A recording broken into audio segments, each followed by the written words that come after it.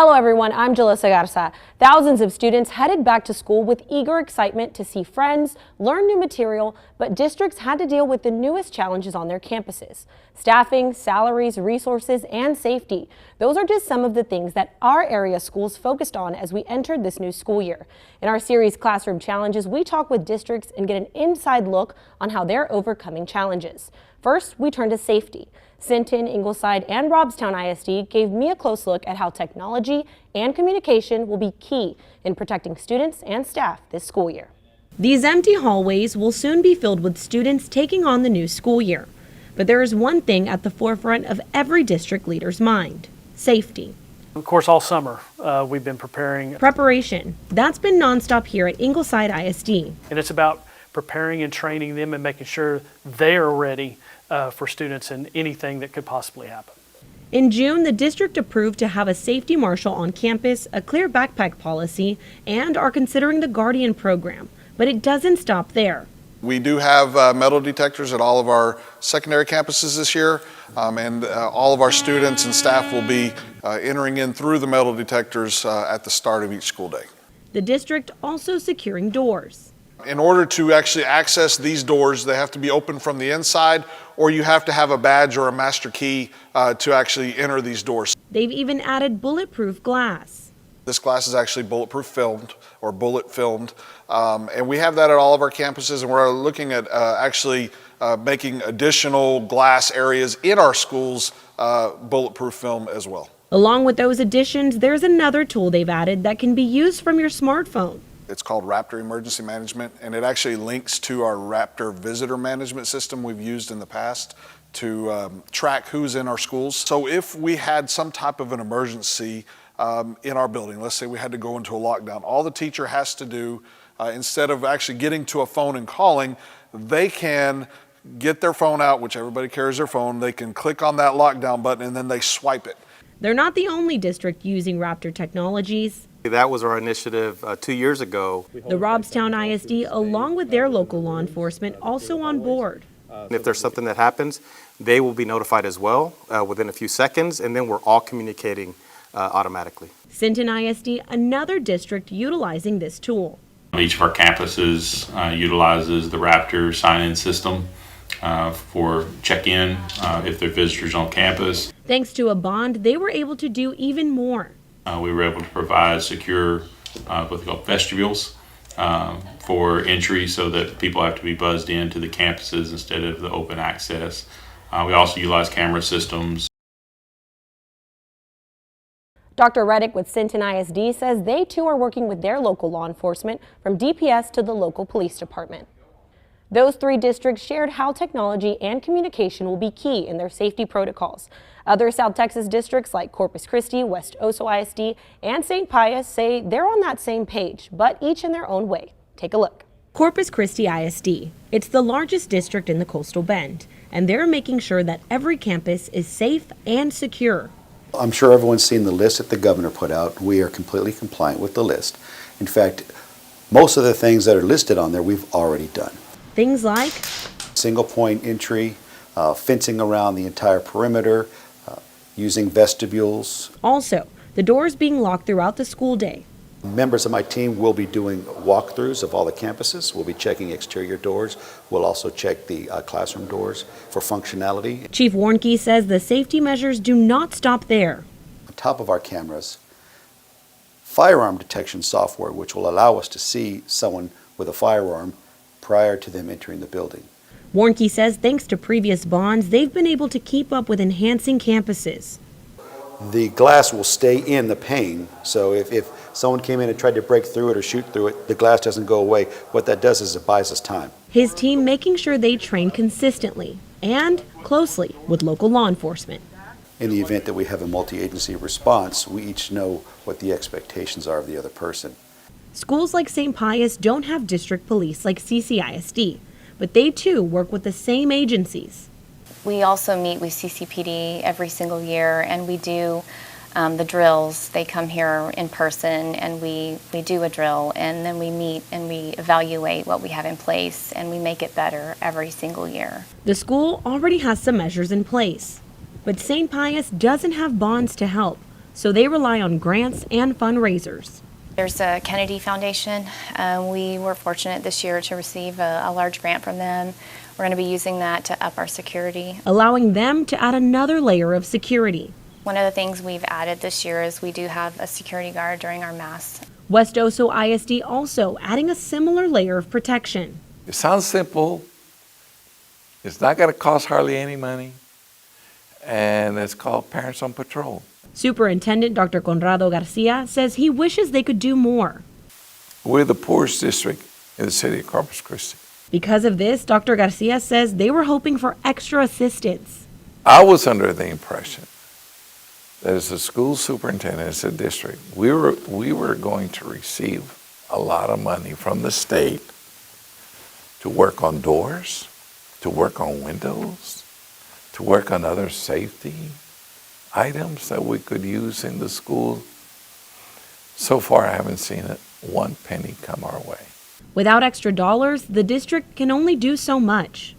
I've had to be very creative to make all this work, but we will make it work, and we will be safe. Aside from any obstacles, each one of these districts is doing what they can with the resources they have. Now that we've covered safety, we want to take a look at what educators are calling the learning gap, a term introduced by educators during the pandemic. As schools shifted to remote learning, homes became classrooms. Homes like the Vela families, who shared with me what their at-home schooling journey looked like. This is the initial classroom of when the pandemic first started. Meet Carla Vela. She's a mom of 3, and like many parents, she had to find a way to balance everything, including school, under one roof. When the pandemic started, I had a pre-K, a first grader, and a second grader. With girls in different grades, it wasn't easy. Breakfast, lunch, dinner, snacks. We have 4 dogs. It's 3 girls. So it was finding resources and ways to make it fun for everyone in different grade levels, or something that would, help all 3 of them.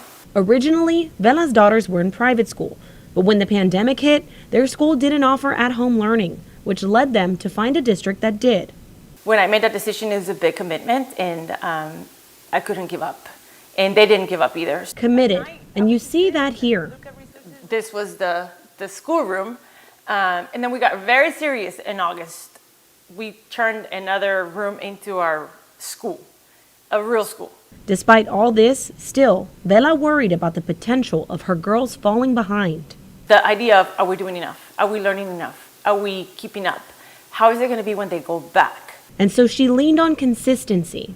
When that March started, there was no break. We had summer here at home, and I kept them engaged as much as I could. Maybe I did a little too much, but they were enjoying it. They never really complained. And there were still a few challenges. When we went back to school, I could see there was a little bit of a gap in the math for my older one. And the other one had a little bit of a gap in the spelling, and the other one in the reading. But Vela says the key to closing these gaps is communicating with teachers. I share my worries, and they were amazing teachers. Fortunately, they mastered all of their STAR tests, and we're ready to go back. Overall, the pandemic was uncharted territory, and in more ways than one. It affected businesses, schools, and most of all, it impacted individual people of all ages. It's something one local clinical psychologist is seeing as younger patients walk through her doors. Mental health, a discussion being had a lot more than ever before, especially during the COVID-19 pandemic. The stress level landed on everyone of all ages. At the start of the pandemic, clinical psychologist Dr. Catherine Sword says she began to see more young adults come by, but they were soon followed by an even younger bunch. We had a huge increase in K through 12 children coming in and needing therapy. The anxiety especially was through the roof, the worries and the nervousness. Dr. Sword adds that as the pandemic progressed and more people stayed home, depression sank in for many. And when school returned, anxiety seemed to take a stronghold. It took root, took hold, and cannot let go. And so now it seems like my practice has tons of young children and middle-aged children still dealing with a lot of symptoms of anxiety. Dr. Sword adds that the stress and anxiety K through 12 students are dealing with is different from before. Now we have children actually having full-blown panic attacks or refusing to go to school or having night terrors, really regressing in their ability to regulate their emotions. Because of this, Dr. Sword encourages districts to find a way to prioritize mental health. It is crucial at this time to get that started right now. Districts like Flower Bluff ISD responding to that urgency. This is actually our counselor area, and so you're going to see a lot of construction because what we're doing is we're turning this into a calming room. The goal of this, to create a safe space for students. On one side we're going to have our military counselor, on the other side we're going to have our LPC counselor right here, and then all along this hallway we're going to have the rest of our counselors. Robstown ISD also on the same page, the district even enlisting the help of 2 licensed social workers to provide extra support. We put aside some additional funding so that our social workers are on call at any point to be able to reach out to those families that need that little extra support. St. Pius, a school that relies heavily on grants and fundraisers, also making sure they set aside dollars to provide additional mental health resources on campus. We also have a counselor this year we're really excited about. We also have a curriculum and social emotional learning curriculum. Dr. Sword says the steps these districts are taking now are leading by example in hopes that more districts take notes. We saw how the pandemic affected students and their families, but what about educators? Well, we heard many use the word burnout as employees felt pressure due to a lack of staffing. The Texas State Teachers Association surveyed 688 teachers, and what they found was troubling. 70% are seriously considering quitting within the year. Now districts are working to have higher wages and more incentives to keep their teachers feeling happy, supported, and valued. No matter what you do, where you work, the last 2 years have not been easy. The pandemic bringing challenges no one could have prepared for, including our teachers. The amount of stress and the trauma from COVID-19 and now, of course, from the recent shooting in a school has escalated the anxiety and the fear among teachers and school personnel. Nancy Vera says this has led to more educators leaving the profession. Now school districts are in dire need of teachers. I think we've seen at the state level thousands of teachers leave the profession, and here in Corpus Christi, in the Corpus Christi area, we've seen hundreds. Districts across the country, including right here in the Coastal Bend, are working to find more teachers, and some positions are harder to fill. I can't find a Spanish teacher if it depends on our lives. We've had at times difficulty finding language arts. Sometimes it's like crickets. An issue leaders with Ingleside ISD are seeing too. Because there's just not that pool of teachers anymore and not anybody new coming into it, is that school districts end up taking teachers from each other. Superintendent Troy Merkovich says that's why districts have to be competitive when it comes to salaries. We're looking at about a $4,500 increase for one-time increase stipend amount for all employees. CCISD, the largest district in the Coastal Bend, is also staying competitive, and not just when it comes to pay. An 88% contribution rate towards an employee's health insurance premiums. So we offer an employee $575 a month to offset the cost of their health insurance premiums. West Oso trying to do what they can, despite not having as much money as other districts. I'm glad other districts have the resources. I really am. This is not sour grapes or jealousy. But would we like to have those kind of dollars? Absolutely. Dr. Garcia adds for West Oso to even attempt to keep up with other districts, they need resources like the ESSER funding. We've hired a number of people and we've done tutoring programs and so on. It's going to be a sad day when that funding ends and those people have to leave. But Nancy Vera says it's not always about the money. They may not be able to give teachers or staff substantial raises, but they're doing everything to show that they are a family and that they care about each other. And I think that's most important. West Oso ISD created wellness rooms for their teachers, and Ingleside ISD says their motto is about being part of a family. Other districts we've highlighted, such as Flower Bluff, Robstown, and Sinton ISD, are also increasing pay for their staff. Thanks for joining us for this closer look at challenges in the classroom. For this 3 News Original, I'm Jalissa Garza.